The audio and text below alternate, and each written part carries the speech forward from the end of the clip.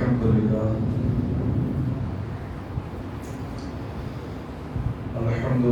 رب العالمين والعاقبة للمتقين والصلاة والسلام على سيد الأنبياء والمرسلين وعلى آله الطيبين وأصحابه الطاهرين وعلينا معهم يا أرحم الراحمين. أما بعد، أعوذ بالله من الشيطان الرجيم. بسم الله الرحمن الرحيم. وأما بنعمة ربك فحدث. صدق الله العظيم. إن الله وملائكته يصلون على النبي يا أيها الذين آمنوا صلوا عليه وسلموا تسليما. اللهم صل على سيدنا وعلى سيدنا وأصحاب سيدنا وأزواج سيدنا ومولانا محمد وبارك وسلم. صلاة وسلام عليك يا رسول الله صلى الله تعالى عليه وآله وسلم. بارك مصلي على الكرام.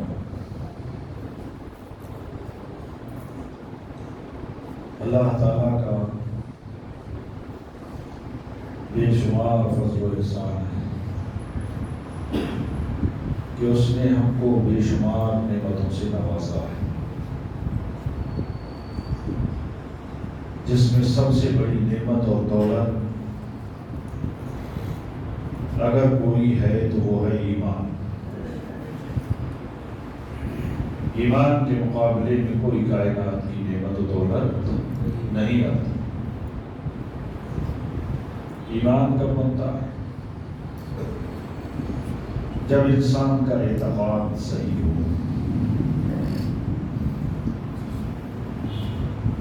جب اس کا اعتقاد صحیح ہوتا ہے تو ایمان اس کے اندر داخل ہوتا ہے، اور جب وہ اعمال کرتا ہے، جب وہ نیک عمل کرتا ہے تو پھر اس کا ایمان طاقتور ہوتا ہے، مضبوط ہوتا چلا جاتا ہے. یہ سمجھ لیں اعمال اعمال ہیں، ایمان ایمان ہے.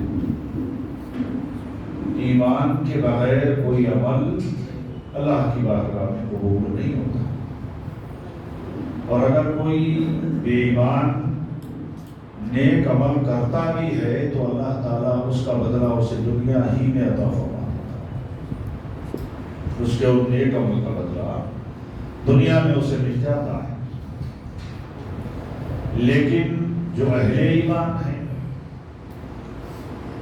جب وہ کوئی نیک عمل کرتے ہیں تو اللہ تعالیٰ اس کا بدلہ دنیا میں بھی دیتا ہے اور آخرت میں بھی عطا فرمائے. اگرچہ ایک ذرے کی برابر ہی کیوں نہ ہو کرنے کا اللہ تعالیٰ اس کو باقی بھی رکھتا ہے، تم کو دکھا بھی دے گا.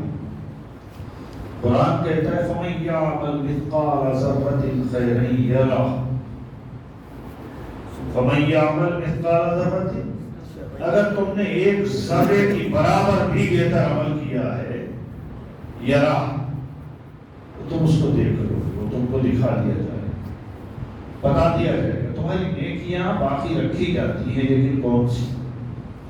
جس کے اندر خلوص ہو، جس کے اندر اخلاص ہو، الہیت ہو، اللہ کے لیے کیا ہو، دنیا کو دکھانے کے لیے نہ ہو. دنیا کو دکھانے کے لیے نہ ہو تو وہ رائی کے دانے کی برابر بھی ہو تو پہاڑ بن جاتا ہے، اور اگر دکھاوے کے لیے ہو تو پہاڑ کی برابر ہو تو رائی کے دانے کی برابر ثواب نہیں ہوتا.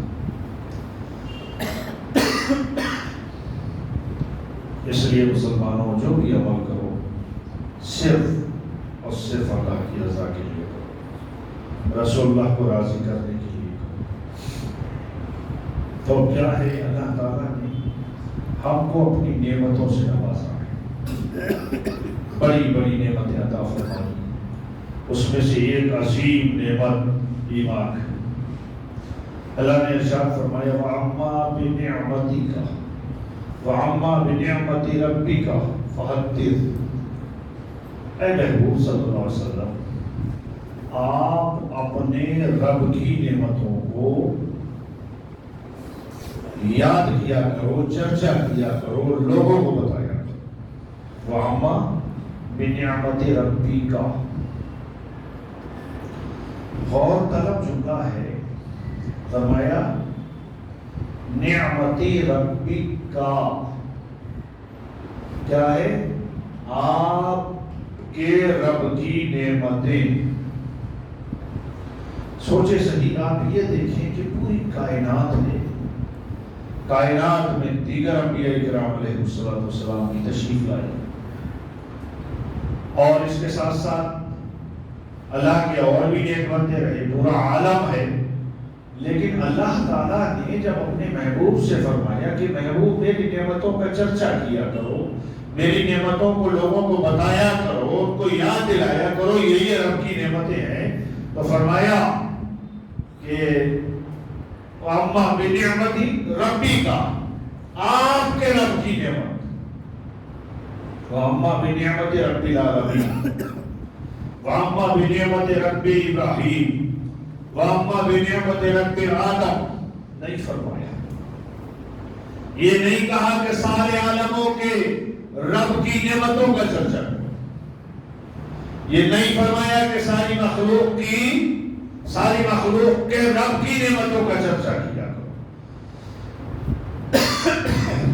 سارے نبیوں کے رب کی نعمتوں کا چرچا کیا کرو، نہیں فرمایا۔ فرمایا اما بنعمت ربک، محبوب تیرے رب کی نعمت۔ مطلب مولا تو رب العالمین ہے، ساری کائنات کو پیدا کرنے والا ہے، ساری کائنات کو نعمتیں دینے والا ہے۔ اور جب نعمتوں کا ذکر کیا جائے تو فرمایا جا رہا ہے اے محبوب تیرے رب کی نعمتوں کا۔ اس لیے تو جواب ملے گا نادانو، یاد رکھو اس کائنات میں جو بھی نعمت تمہیں ملی ہے وہ نعمت میرے محبوب کا صدقہ ہے، وہ میرے محبوب کے تمسک سے ملی ہے۔ کیوں؟ رسول کائنات صلی اللہ علیہ وآلہ وسلم خود ارشاد فرماتے ہیں انما اللہ یعطی وانا قاسم، اللہ مجھے نعمتیں دیتا ہے، اللہ تعالیٰ مجھے نعمتیں عطا فرماتا ہے، وانا قاسم، میں اس کو تقسیم کرتا ہوں، فرمایا واما بنعمت ربک، محبوب تیرے رب کی جو بھی نعمتیں ہیں فحدث، ان کو لوگوں کو یاد دلا دیا کر، بتا دیا کر، ان کے سامنے بیان کر دیا کر، ان کو ظاہر کیا کر کہ یہ رب کی نعمتیں ہیں۔ اب دوستو، کائنات میں سب سے بڑی نعمت ایمان ہے، محبت مصطفیٰ ہے، رسول اللہ کا ہم کو مل جانا، مصطفیٰ جان عالم صلی اللہ علیہ وسلم کی امت میں پیدا ہونا ہے، رسول کائنات کی غلامی کا ملنا ہے، یہ عظیم تر نعمتیں۔ اسی میں سے دیکھیں کہ اللہ تعالیٰ نے ایک نعمت، ایک رحمت اور ایک انعام ہم پر کیا ہے، رمضان کا۔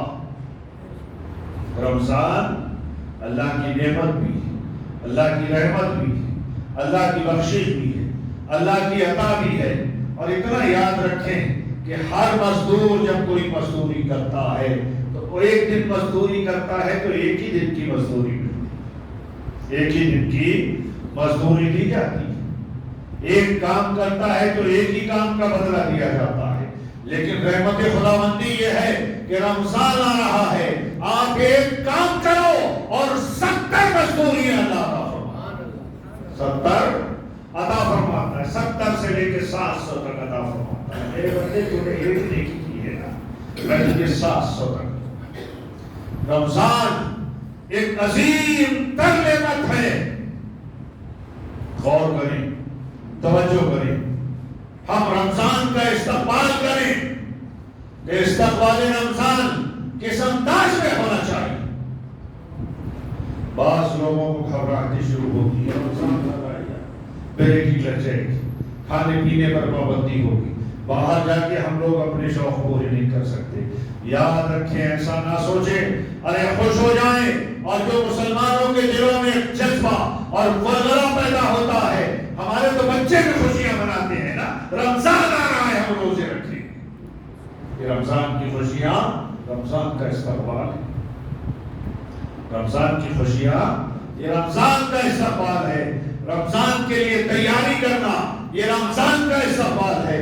رسول اکرم صلی اللہ علیہ وآلہ وسلم کی اپنی عادت شریفہ تھی، رجب جب آتا تو اللہ کی بارگاہ میں دعا فرماتے تھے، دعا فرماتے اللہم بارک لنا فی رجب و شعبان، اللہ ہمارے رجب میں شعبان میں برکت عطا فرما وبلغ رمضان، اور کہتے تھے اللہ ہم کو رمضان تک پہنچا دے، رمضان ہمارے حوالے ہو جائے، رمضان ہم کو مل جائے۔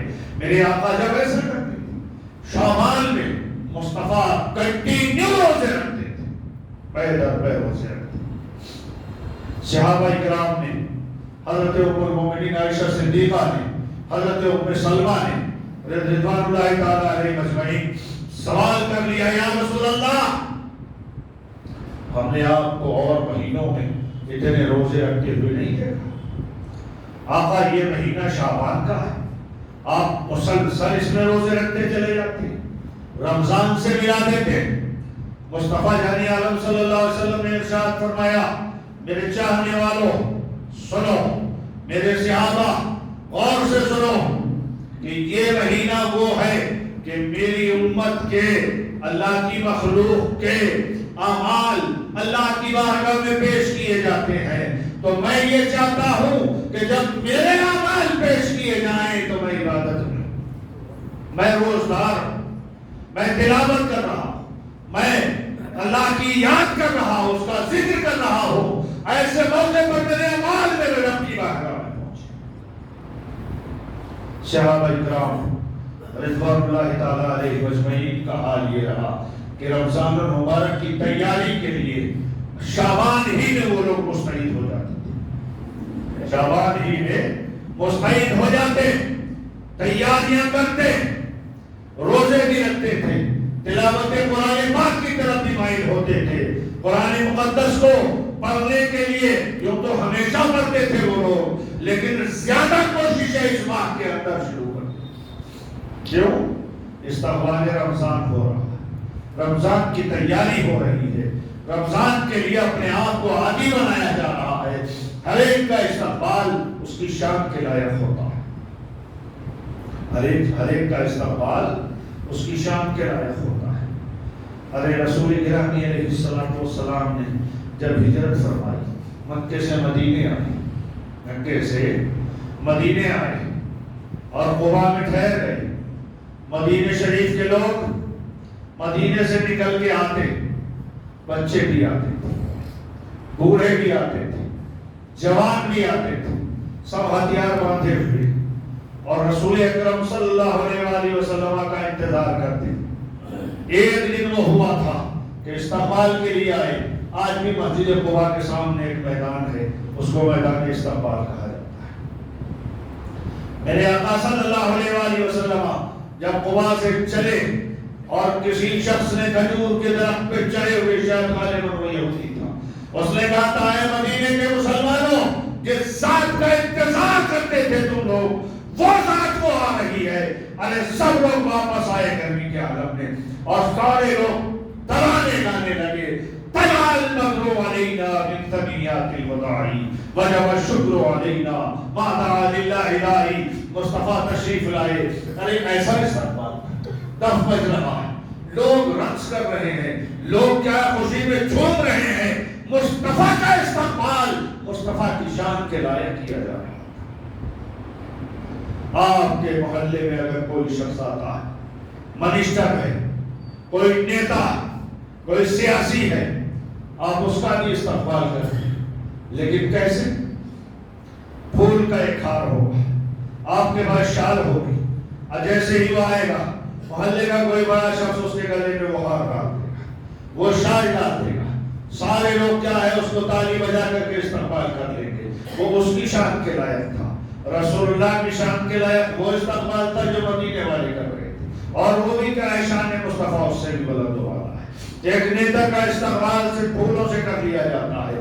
لیکن دوستو آپ یاد رکھیں سب کا استقبال ان کی شان کے لائق ہوتا ہے. اب رمضان المبارک کا جو استقبال ہے نا وہ پھولوں سے نہیں, وہ شال سے نہیں, وہ تالیاں بجا کر نہیں. اس کا استقبال صحابہ اکرام کیا کرتے تھے.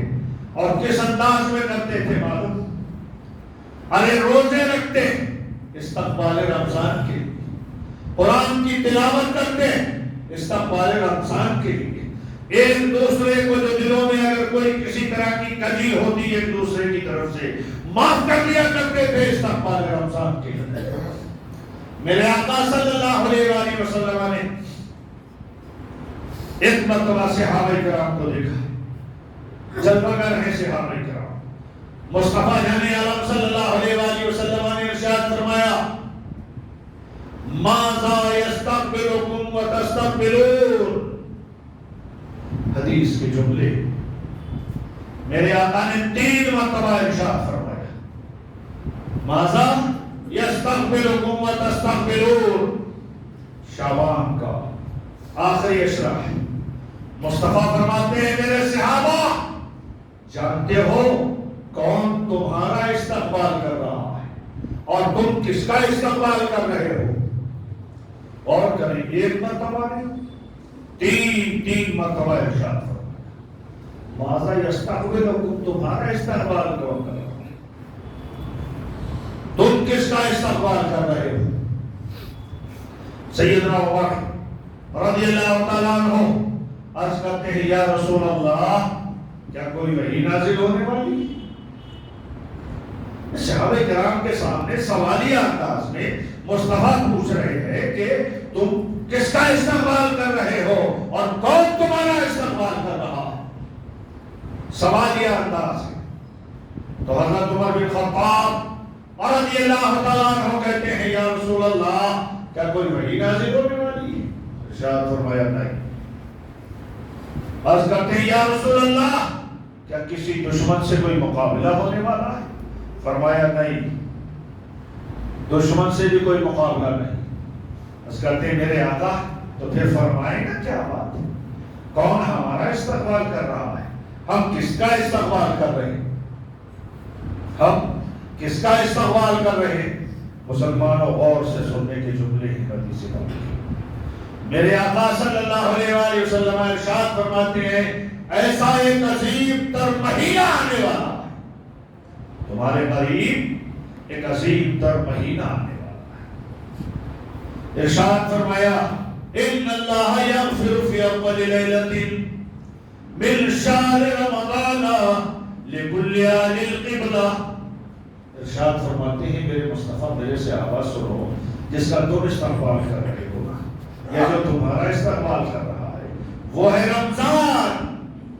رمضان آنے والا ہے, تم اس کا استقبال کرو, اس کے لیے تیار رہو, اس کے لیے تیاری کرو. ارشاد فرمایا ان اللہ یغفر فی اول لیلۃ من شہر رمضان. ارشاد فرمایا لوگوں رمضان کے مہینے کی پہلی رات جب آتی ہے, ادھر مغرب سے چاند دیکھا, ہم لوگ دیکھتے ہیں نا, اہتمام کرتے ہیں چاند کا, اہتمام کر کے چاند دیکھتے ہیں. میرے آقا فرماتے ہیں ادھر رمضان کا چاند دکھا, شعبان کا دن ختم ہو گیا, رمضان شروع ہونے والا ہے. ان اللہ یغفر, بے شک اللہ تعالی رمضان کی پہلی رات میں معاف فرما دیتا ہے لکل اہل القبلہ, جو بھی اہل قبلہ ہیں اہل ایمان ہیں سب کی بخشش فرما دیتا ہے. تم اس کا استقبال کر رہے ہو, اس کا استقبال کر رہے ہو جس میں تمہارے گناہ معاف کیے, جس میں اس سے پہلے تم مجرم تھے اب تمہارے جرموں کو ختم کر دیا جاتا ہے. اس سے پہلے تم پاپوں کی گٹھری لیے گھوم رہے تھے, تمہارے پاپوں کی گٹھری کو ختم کر دیا جاتا ہے. دھوکے کلیئر کر دیا جاتا ہے کہ بار بار رمضان تیری پہلی رات آتی ہے تو ہماری خطائیں معاف ہو جاتی، ہماری خطائیں معاف ہو جاتی ہیں۔ دوستو وہ مہینہ کہ جس میں خطائیں معاف کر دی جائے، وہ مہینہ جس میں اللہ تعالیٰ نظر کرم فرمائے، وہ مہینہ جس میں اللہ تعالیٰ 1 کا 70 اور 700 عطا فرمائے، وہ مہینہ کہ جس میں اللہ تعالیٰ اپنے آپ کو اس کی جزا بتا دے، اپنے آپ کو جزا بتا دے۔ لوگوں عبادت کرنے والوں، ہر عبادت کا بدلہ جنت سے دے دیا جائے گا، لیکن روزے کا بدلہ صرف جنت سے نہیں ہے یا جنت نہیں ہے، فرمایا اس کا بدلہ تو میں ہوں، میں مل جاؤں گا۔ ایسے مہینے کا استقبال مصطفیٰ بھی فرماتے، صحابہ کرام بھی فرماتے، ہم لوگوں کو بھی چاہیے ایسے مہینے کے استقبال کے لیے تیار ہیں۔ رمضان آ رہا ہے، آئے گا چلو دیکھا جائے گا، نہیں، چہروں پر خوشی کے اثرات نمایاں ہونا چاہیے۔ رمضان آ رہا ہے، باتیں کھل جائیں، چہرے پر مسکراہٹ آ جائے، خوشی کے اثرات آ جائیں۔ چھوٹے چھوٹے بچے بھی مسکراتے ہیں، ماں باپ روکنے لگتے ہیں، غلط کی بات ہے، مگر خوشی تو ان کو بھی ہوتی ہے، ہم کو بھی ہونا چاہیے۔ کیوں؟ سیرت کا مہینہ، میرے آقا صلی اللہ علیہ وآلہ وسلم اس کے لیے خود ارشاد فرماتے ہیں، حدیث پاک کے بہت لمبی حدیث ہے، میں شروع کے 2 جملے آپ کو پیش کرتا ہوں۔ عن سلمان فارسی رضی اللہ تعالیٰ قال خطبنا رسول اللہ صلی اللہ علیہ وآلہ وسلم فی آخر شعبان۔ حضرت سلمان فارسی رضی اللہ تعالیٰ عنہ اس حدیث کے راوی ہے، وہ کہتے ہیں کہ رسول اللہ نے ہمیں خطبہ دیا، تقریر فرمائی، واعظ فرمایا، فی آخر شعبان، شعبان کے آخری دنوں میں، شعبان کے آخری دنوں میں خطبہ دیا، ارشاد فرمایا، یا ایھا الناس قد اذلکم شہر عظیم شہر مبارک۔ میرے آقا نے ارشاد فرمایا استقبال رمضان کے طور پر، قد اذلکم شہر عظیم، اے لوگوں، اے میرے صحابہ، اے مجھے چاہنے والوں، سنو، تمہارے سروں پر بڑی عظمت والا مہینہ سایہ فکر ہونے والا۔ قد اذلکم شہر عظیم، مصطفیٰ نے اس آنے والے مہینے کو شہر عظیم کہا، بہت بڑا مہینہ کہا، تو اب اس بہت بڑے مہینے کے لیے تو مصطفیٰ خود استقبال فرماتے، اور ہمارے لیے ہماری زندگی کیا ہے؟ لقد كان لكم في رسول الله اسوة حسنة، اللہ فرماتا ہے اے میرے بندو سنو، تمہارے لیے میرے محبوب کے تمام طریقے اسوہ حسنہ وہی کافی ہیں، جیسا میرا محبوب کرتا ہے ویسا تم کرو، ویسا تم کر لو۔ محبوب رمضان کے آنے پر خوشی مناتا ہے، تم بھی مناؤ۔ محبوب رمضان کے آنے سے پہلے روزے رکھتا ہے، تم بھی روزے رکھ کے تیاری کر لو۔ محبوب اپنے جانثاروں کو قرآن کی تلاوت پر ابھارتا ہے، تم بھی قرآن کی تلاوت پر لگ جاؤ۔ محبوب غریبوں کی مدد کرتا ہے، ارے ایسا سمندر مصطفیٰ بن جاتے کہ جو بھی آتا کبھی خالی نہ جاتا، جو بھی آتا کبھی خالی نہ جاتا تھا۔ اچھا، خالی تو وہاں سے جایا جاتا ہے یار جہاں کچھ نہ ہو، جہاں کچھ نہ ہو۔ رب نے خود ارشاد فرمایا، محبوب تیری بارگاہ میں سائل آتے ہیں نا، تیری بارگاہ میں سوال کرنے والے، مانگنے والے آتے ہیں، تو تو ان کو خالی ہاتھ واپس مت کیا۔ قرآن کہتا ہے، رب فرماتا ہے، وَأَمَّا السَّائِلَ فَلَا تَنْهَرْ، اے پیارے جب تیرے یہاں کوئی بھیک مانگنے آئے، تجھ سے کوئی مانگے، تجھ سے کوئی سوال کرے، فلا تنہر، تو محبوب اس کو نہ جھڑکی دینا، نہ اس کو واپس کرنا، بلکہ جو آئے اس کو دے دیا کر۔ کیوں؟ تیری بارگاہ ہی تو وہ ہے کہ جہاں پر یہ لوگ منگتے آتے ہیں، تیری ہی بارگاہ ہے کہ جہاں منگتوں کی بھیڑ لگی رہتی۔ اس قرآن کی آیت کا ترجمہ حضور اللہ حضرت فاضل بریلوی علیہ رحمہ نے کیا، بڑے اچھے انداز میں کیا ہے۔ وہ فرماتے ہیں، واہ کیا جود و کرم ہے شہ وفا تیرا. واہ، بولتے نا کسی لفظ کے واہ کیا کام کیا ہے، واہ کتنا اچھا ہے. لفظ واہ جو بولتے ہیں پڑھائی کے لیے اللہ حضرت کہتے ہیں واہ کیا جود و کرم ہے شہ وفا تیرا، نہیں سنتا ہی نہیں. بولتے نا نہیں نہیں نہیں جاؤ نہیں دوں گا چلے جاؤ، لفظ نہیں کہتے نہیں سنتا ہی نہیں، مانگنے والا تیرا جب بھی آتا ہے مصطفیٰ دے دیا کرتے ہیں. دریائے کرم کو جوش میں رہا، اور جب رمضان قریب آتا یا رمضان آ جاتا تو سمندر کی طرح مصطفیٰ کی سخاوت ہوتی. صحابہ بھی ایسا ہی کرتے، اہل بیت بھی ایسا ہی کرتے، مولا علی کا گھرانہ بھی ایسا ہی کرتا، سمندر کی طرح سخاوتیں ہو رہی. صحابہ کرام رضوان اللہ تعالی علیہ مجمعین کا یہ معمول کہ اندر شعبان آیا ادھر انہوں نے کمر کسی تیار ہو گئے. حضرت انس رضی اللہ تعالیٰ کو رسول اکرم صلی اللہ علیہ وسلم کے صحابی، وہ صحابہ کرام کے جو عادات و اطوار تھے نا استقبال رمضان کے لیے وہ بیان فرماتے ہیں. ارشاد فرماتے ہیں کان المسلمون اذا دخل شعبان اکبوا علی المصاحف فقرؤوها. کہتے ہیں جب شعبان آتا رسول اکرم صلی اللہ علیہ وآلہ وسلم کے صحابہ مسلمان ان کا کیا حال ہوتا تھا؟ اکبوا علی المصاحف، تو قرآن کی طرف ٹوٹ پڑتے. جیسے ہی شعبان آتا قرآن کی طرف ٹوٹ پڑتے، فقرؤوها، اور اس کی تلاوت میں لگ جاتے، اس کی تلاوت میں لگ جاتے. رات و دن قرآن مقدس کی تلاوت کیا کرتے تھے. مسلمانوں اگر وہ ہم وقت قرآن کی تلاوت کرتے تھے تو تم کم سے کم کسی ایک چھوٹے سے وقت میں کر لیا کرو. کیا اچھا ایک بات سمجھے، کوئی ضروری نہیں ہے کہ قرآن ہاتھ میں لے کے ہی آپ تلاوت کریں. جو آپ کو یاد ہے، کسی کو یاسین یاد ہے، کسی کو سورہ ملک یاد ہے، کسی کو دیگر کوئی سورت یاد ہے، کسی کو الحمد شریف یاد ہے، کسی کو قل ہو اللہ شریف یاد ہے، تو آپ چلتے پھرتے. ایک بات میں اور سمجھا دوں آپ کو، بہتر یہ ہے کہ قرآن مقدس آپ باوضو پڑھیں.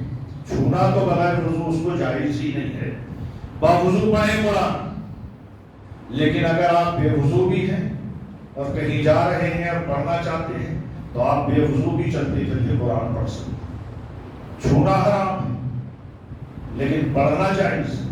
تو آپ سورہ فاتحہ پڑھیں، قل ہو اللہ شریف پڑھیں، قل اعوذ برب الناس پڑھیں، جو آپ کو یاد ہے یار وہ پڑھیں. صحابہ کرام بھی پڑھتے تھے، ہر وقت وہ قرآن لیے نہیں بیٹھے. اکبوا علی المصاحف فقرؤوها، قرآن کی طرف ٹوٹ پڑتے، مطلب تیاری کر کے قرآن پڑھنا شروع کر دیا کرتے تھے. آپ بھی ایسا کریں. اور دوسرا آج ہمارے یہاں ہمارے بڑوں نے جو رواج بنا رکھا ہے نا وہ یہ ہے کہ صاحب ہم لوگ اپنے مالوں کی جو زکوٰۃ نکالتے ہیں وہ رمضان میں نکالتے ہیں. صحابہ کرام رمضان میں شعبان کو منتخب کیا. حضرت انس فرماتے ہیں واخرجوا زکوٰۃ اموالہم، اور وہ لوگ استقبال رمضان کے طور پر اپنے مالوں کی زکوٰۃ بھی نکالا کرتے تھے. اپنے مالوں کی زکوٰۃ نکالا کرتے تھے. کیوں؟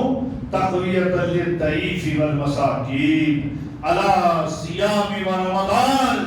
اس لیے وہ شعبان کے آخر میں زکوٰۃ نکال کر کمزور لوگوں کو دے دیا کرتے تھے تاکہ ان کے روزوں میں یہ مدد بن جائے. وہ روزے رکھے گا تو کھانے پینے کے لیے، ان کے خرچ کے لیے ان کو پہنچ جائے، اور پھر رمضان کی دقت ان کی ختم ہو جائے تاکہ شوق سے اور ذوق سے وہ روزے رکھ سکے. چلو صاحب آپ کو زکوٰۃ نکالنا ہے رمضان میں تو کم سے کم یہ مہینہ جب آخر ہوتا ہے اور آپ کے سامنے کوئی غریب آتا ہے تو اس غریب کو کم سے کم کچھ یہ سوچ کے دے دیا کریں کہ صاحب یہ رمضان المبارک سامنے آ رہا ہے، چلو یہ بھی روزے رکھیے، کچھ کھا لے گا پی لے. تو فرماتے ہیں صحابہ اکرام کا یہ عادت تھا کہ وہ لوگ اخرجوا زکات اموالہم، اپنے مالوں کی زکات نکالا کرتے. مگر یہ سب کچھ کیا تھا؟ یہ تھا استقبال رمضان، یہ تھا رمضان کو ویلکم کہنا، اہلاً وسہلاً کہنا، رمضان کے آنے کی خوشی منانا، رمضان المبارک کے انتظار میں لگ جانا. اور میں آپ کو ایک بات اور عرض کروں، حدیث شریف ہے کہ اگر کوئی شخص فجر کی نماز پڑھ کے یہاں بیٹھ گیا مسجد میں اور ظہر کا انتظار کرتا رہا، اور فجر کے بعد تو ظہر بہت دور ہے، انتظار کرتا رہا، یا چلیے یہاں نہیں بیٹھا، باہر نکل گیا، اپنے کام میں لگا ہوا ہے، لیکن اس کا دل ظہر کے لیے مسجد میں لگا ہوا ہے، تو اس کو سارے وقت میں عبادت کرنے کا ثواب ملے گا. انتظار میں سارے وقت میں عبادت کرنے کا ثواب ملے گا. کیوں؟ اس کا دل ادھر لگا ہوا ہے، ارادہ ادھر کا ہے. اللہ کی عزت کی قسم، اگر آپ رمضان المبارک کے انتظار میں ہیں اور شوق سے انتظار کر رہے ہیں تو آج سے لے کر رمضان کی پہلی تاریخ تک اللہ تعالیٰ آپ کو عبادت کا ثواب عطا فرمائے گا، آپ کو عبادت کا ثواب عطا فرمائے گا. مسلمانوں، ہم لوگوں کو غور کرنا چاہیے، سوچنا چاہیے کہ اللہ تعالیٰ نے تم کو ایسی نعمتوں سے نوازا ہے، ایسا کرم کیا ہے، اور پھر محبوب سے فرما دیا، محبوب وَأَمَّا بِنِعْمَةِ رَبِّكَ، محبوب اپنے رب کی نعمت، محبوب جو تیرا رب ہے. مصطفیٰ سے فرمایا ربی کا، جو تیرا رب ہے. تو کیا اللہ تعالیٰ اور کائنات کا رب نہیں؟ ان کائنات کا رب نہیں. لیکن جب ذکر کرتا ہے تو کہتا ہے ربی کا، محبوب تیرا رب. یا اللہ اگر رب العالمین کہہ دیا جاتا تو کیا ہو جاتا؟ تو جواب ملے گا نادانوں، یاد رکھو، ارے جب یہ کہا جائے مصطفیٰ کا رب تو رب کی رحمتیں جھوم جاتی ہیں، رب کی رحمتیں جھوم جاتی ہیں.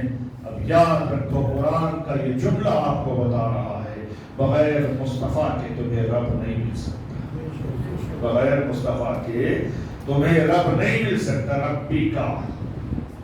اور دوسری جگہ فصلی لربی کا ہے نا، اور جگہ جگہ دیکھیے قرآن پاک میں بہت جگہ اللہ نے ارشاد فرمایا محبوب تیرا تیرا. تو جب بھی آپ کہا کریں نا، رسول اکرم صلی اللہ علیہ وآلہ وسلم نے ایک مرتبہ حضرت عائشہ سے فرمایا جب تم ناراض ہوتی ہو نا تو میں پہچان دیتا ہوں. یا رسول اللہ اسے کیسے، میں تو کچھ ظاہر نہیں کرتی تو آپ کیسے پہچان دیتی؟ فرمایا جب تم مجھ سے راضی ہوتی ہو تو کہتی ہو محمد کا رب. کیا کہتی ہو؟ محمد صلی اللہ علیہ وسلم کا رب. اور جب تم مجھ سے ناراض ہوتی ہو تو کہتی ہو ابراہیم کا رب. مگر غور کرو کہ ابراہیم کا رب کہو یا محمد صلی اللہ علیہ وسلم کا رب کہو، بتا تو یہی رہا ہے کہ نہ واسطے سے جاؤ. رسول کائنات صلی اللہ علیہ وآلہ وسلم کے لیے رب نے فرمایا محبوب تیرے رب کی نعمتیں ہیں، اب ان کو یاد دلا دے. یہ رمضان بھی اللہ کی نعمتوں میں ایک عظیم نعمت ہے. اللہ تعالیٰ رمضان المبارک کے تمام لمحات میں روزے رکھنے اور اپنی عبادت کرنے توفیق عطا فرمائے. اسی کے ساتھ ساتھ آپ حضرات ایک بات یاد رکھ لیں، آج کے لیے میں ایک مسئلہ عرض کر دوں. ہمارے صدر صاحب بہت دنوں سے فرما رہے ہیں لیکن میں بول جا رہا ہوں.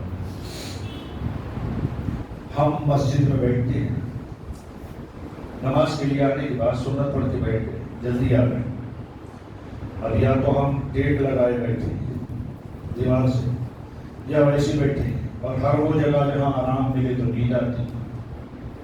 اگر صرف نیند آ رہی ہے اور آپ کنٹرول کر لیں تو ٹھیک، اور اگر نیند کا جھونکا آ گیا وضو ٹوٹ جاتا ہے. سمجھ رہے ہیں؟ وضو ٹوٹ جاتا ہے. دوبارہ آپ کو وضو کرنا لازمی ہوگا. کوئی بھی اگر سو جائے تو دوبارہ وضو کرنا لازمی ہوگا، صرف انبیاء کرام کے علاوہ. رسول اللہ صلی اللہ علیہ وسلم کا وضو نیند سے بھی نہیں ٹوٹتا تھا، لیکن امتیوں کا وضو نیند سے ٹوٹ جاتا ہے. اس مسئلے کو ہمیشہ کے لیے یاد رکھیں، صرف جمعے کے لیے نہیں ہے. آپ اپنے گھر میں بھی وضو کر کے اگر بیٹھے اور نیند آ گئی، مطلب نیند آنکھوں میں فل آ گئی، نیند آ رہی ہے ایسا نہیں، فل نیند آ گئی تو وضو جاتا. انشاءاللہ اگلے جمعہ میں دوسرا مسئلہ سماعت کریں گے. اللہ تعالیٰ مجھے آپ کو توفیق رفیق عطا فرمائے. آخر دعوانا الحمدللہ.